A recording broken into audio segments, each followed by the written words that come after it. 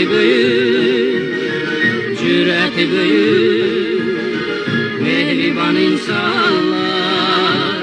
Yaratmak eşki derya kalbi dünya ikbaharıdır. Bu eller dut çörekli, saf yürekli, etibarlıdır. Ey insanlar, bu hayat bizim, bu zaman bizimdir.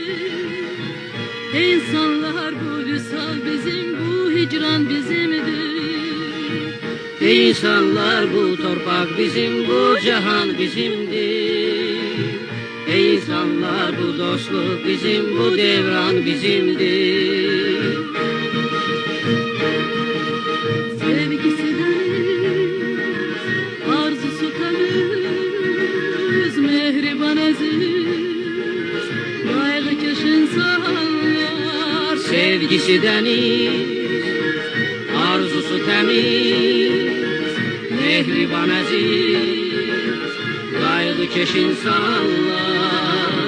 Gönüller elvan elvan, gonca gonca gül çiçeklidir.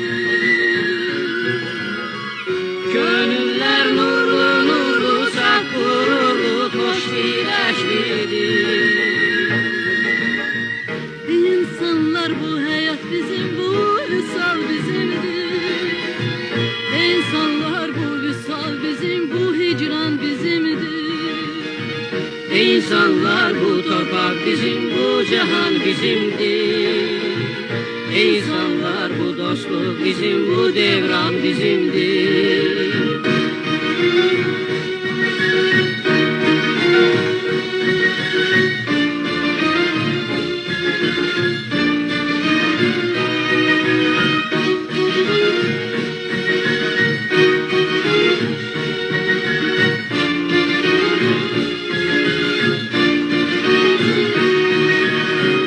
Yaratmak eşki derya kalbi dünya ikbaharıdır.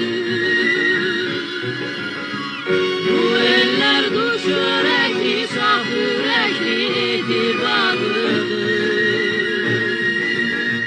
Ey insanlar, bu hayat bizim, bu zaman bizimdir. Ey insanlar, bu vüsal bizim, bu hicran bizimdir.